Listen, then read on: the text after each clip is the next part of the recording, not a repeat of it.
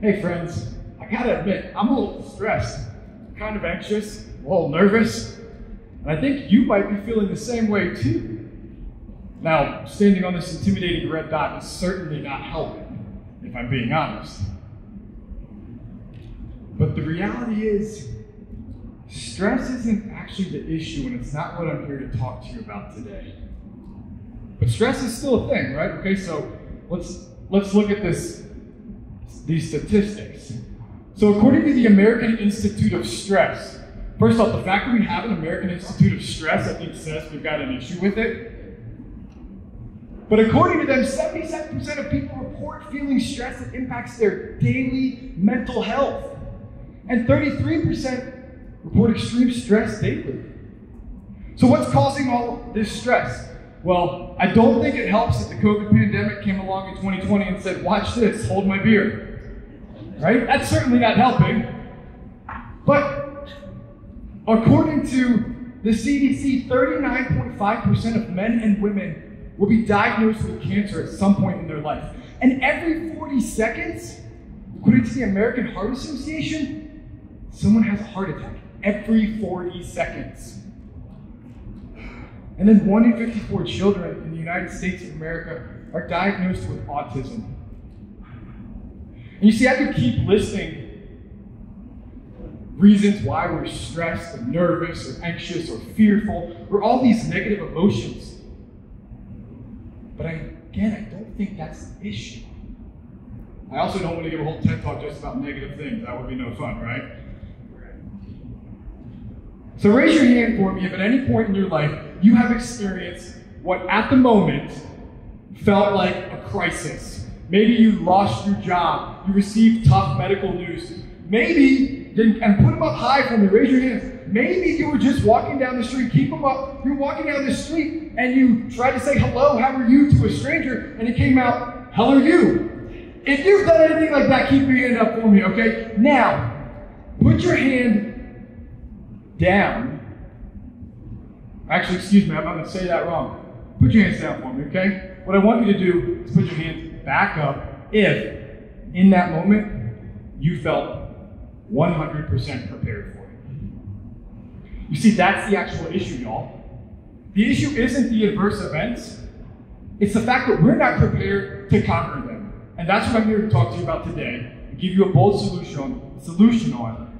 And that's how you can prepare for adversity and conquer it. Okay, but I gotta just address this before we go any further. Raise your hand for me again if at any point during the past 3 minutes of this TED Talk, you thought to yourself, why is this guy wearing a backpack? I mean, let's just address it, okay? All right, so let's clarify a few things. 1, it's not a parachute. 2, I have been asked that before. And 3, I have no intention of leaving or going anywhere during this TED Talk, okay? I'm in it for the duration. So what is it? This backpack is a visual and literal representation of the fact that every single one of us in this room and on this earth are carrying some version of weight. We all carry the weight of adversity every single day. And you see, you never really know what other people are actually carrying. Because you might have thought it's strange, this guy's giving a TED Talk with a backpack on. That's bizarre. You'd probably find it a little stranger if I told you it had 30 pounds in it, right? Let's just show it to you real quick. So, yes, I'm going to wear 30 pounds for the rest of this TED Talk. Why? Because that's how we conquer adversity. Not through actually wearing the weight, but we conquer adversity by choosing to do difficult things. So let me take you back to my senior year of college and the real reason I started wearing this backpack. You see, I was ready to go back the Friday before my last semester of college. I was ready to be in full senioritis mode and ready to do nothing. My mom said to me, I was the oldest of 4, still the oldest of 4. I was the oldest of 4, and she said to me, Nick, can you watch the kids for the afternoon? I'm going to take Dad into DC. He's going to the Washington Hospital Center for a routine stress test. You got it, Mom. Nothing I haven't done before? Sounds good. The next thing I remember was later that afternoon, about 2 o'clock to be specific. The phone call from my mom. Through the tears, I heard, Nick, the routine stress test turned into cardiac cath, where the doctors found out that your dad has 5 blocked vessels and needs immediate open heart surgery. I was shocked, stunned, frightened. You know all those feelings that I mentioned when I started this talk? I felt them all. Adversity at its worst. And I went to process it, and I told my mom I would handle it and talk to my siblings and let them know. And while I was still processing it, what felt like minutes later, the phone rang again. It was actually about an hour later that phone rang. Only this time it wasn't my mother's cell phone number on the caller ID. At my parents' house, it actually said Washington Hospital Center Emergency Department.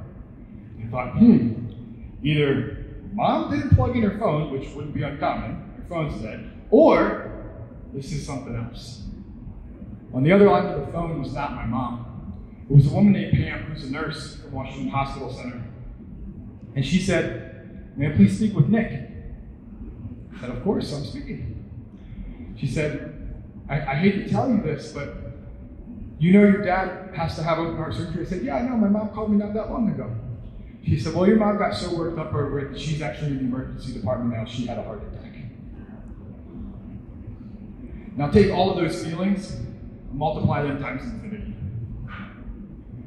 In that moment, I literally thought to myself, I could potentially lose both of my parents. When we talk about the weight of adversity, it hit me. And yes, you did hear the story correctly. My mom got so jealous of my dad needing open heart surgery, she went and had her own heart issue, right? Okay, now, I'm joking about the jealousy part, not about the other part. That's as serious as a heart attack, okay? And I can joke about it today, y'all, during this presentation, because they had wonderful doctors and they are fully recovered today, and I am so grateful to have them with me 14 years later. But when I look back on that moment, there's a lot to unpack. Literally, the weight of it crushed me. I sat in my room crying for that first hour, not knowing what to do. When I look at what I actually did, I kind of just muddled my way through it. I did the furthest thing from conquer adversity. I let adversity crush me. And I realized in that moment that I had never truly prepared for adversity. Much like I started this TED Talk pretending the backpack didn't exist, I pretended that that adverse event was not really happening. And that's such a familiar sentiment among those of us who experience adversity. This isn't really happening, it's all a bad dream, I'll wake up. I didn't really get this news about cancer. This isn't actually happening. When we pretend that adversity isn't going to happen to us, or that it has not happened to us, we prevent ourselves from conquering it. Because adversity, when you look it up in the dictionary, is literally the consent to receive. You need to accept the fact that life is going to hand you this backpack at some point or another, if it hasn't already. So that you're more prepared for the next time. Because you see, Mike Tyson said, everyone has a plan until they get punched in the mouth. Well, why are you waiting for someone to punch you in the mouth? Punch yourself in the dang mouth now. Don't literally punch yourself in the mouth. If you do that, I think TEDx will probably be upset with you. But if we want to conquer adversity, we have to accept adversity before it happens. And we have to choose to do difficult things. We have to practice preparing for adversity.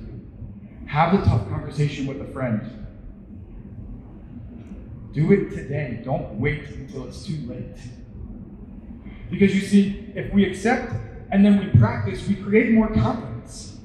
Because confidence is not a skill that people either have or don't have. Oftentimes we think, oh man, that person is so confident. Well, guess what? Confidence comes from going through tough things in life. Confidence is kind of like creating a path in the woods. The path doesn't just show up. You don't just one day wake up and ta-da, there's the path in the woods. It doesn't work like that. You go through the arduous task of clearing out all of the rocks and the thorns and the sticks, and you get stuck in the side of the leg, and it's uncomfortable. Kind of like wearing a backpack with 20 pounds to give a TED Talk, right? Probably a little sweaty. It's uncomfortable, but you know what? Adversity is there to define, not to define you, but to refine you. it makes you a better person. Because of that experience with my parents, I'm a better dad, a better husband, a better brother and son. So I challenge you to create that path. Do it for a reason. Choose to do something difficult. For me in my life, what did that look like? Well, I thought, oh, let's run a marathon. That'd be fun. I chose to do it because I knew it would be challenging. And I thought, well, maybe I'll run a half marathon and I'll do it with 20 pounds on my back. That'll be fun. Then I also thought, you know what? I need to do this other than physically, but mentally and emotionally as well. So I'm constantly challenging myself to have difficult conversations with friends and family about things that they say and do that might be racist or sexist or homophobic or anything else that's inappropriate. So I don't have a picture of that last one. Not exactly a Kodak moment, right?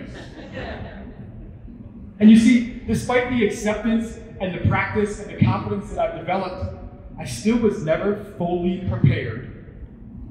Fully ready. Because you see, there's a difference between ready and prepared. You might not ever be truly ready, but you can be prepared for adversity. And I wasn't ready for the moment 3 years ago when my wife and I received the diagnosis that our son, Calvin, has autism spectrum disorder. I was sitting in a school conference room with my wife, the assistant principal, there was, a school psychologist, a special education teacher, a general education teacher, I think Dr. Phil was there. It was just unreal the amount of people that were there. Obviously Dr. Phil wasn't there, but it was overwhelming the amount of people that were in this room. And as we're going through this dictionary-sized packet of information about my son, covering all the wonderful things and also the social and emotional communication deficiencies. I hate that word deficiency, but that's what they call it. As we're going through it, I thought, this is okay. This isn't that bad. I've been through worse. I've prepared for this adversity. I know this is coming. And yet there it was, 14th page, 3rd paragraph, diagnosis, autism spectrum disorder. It felt like I had put the backpack right back on. I was crushed. And you see, Calvin is fantastic. Calvin is happy, he's healthy, he loves everyone and everything, especially food. He's got the Energizer bunny-like activity and energy. It's like he woke up and drank 17 Red Bulls every day. I don't know where he gets it, but it still hurt. And I can say now, 3 years later, that I'm still working on conquering the adversity of my son's diagnosis.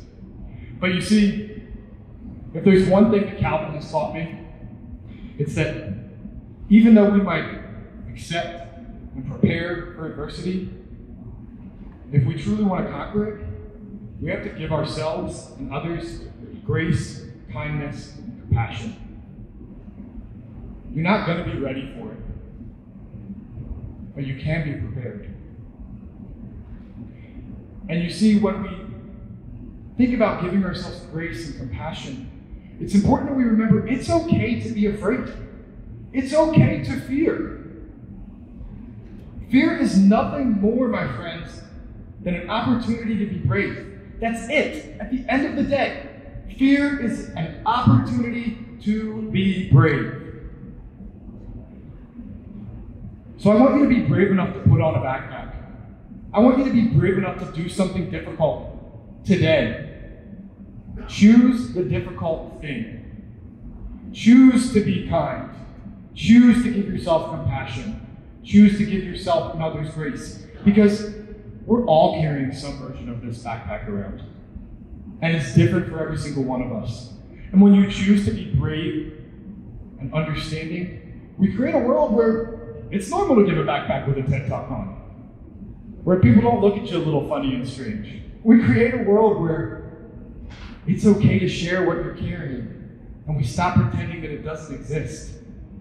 Because we need to stop comparing our backpacks and just start sharing our backpacks. That's it at the end of the day. So embrace that opportunity to be brave, my friends. Because when you choose to be brave and accept adversity, you'll be more prepared for it, and you will be able to conquer adversity. Thank you.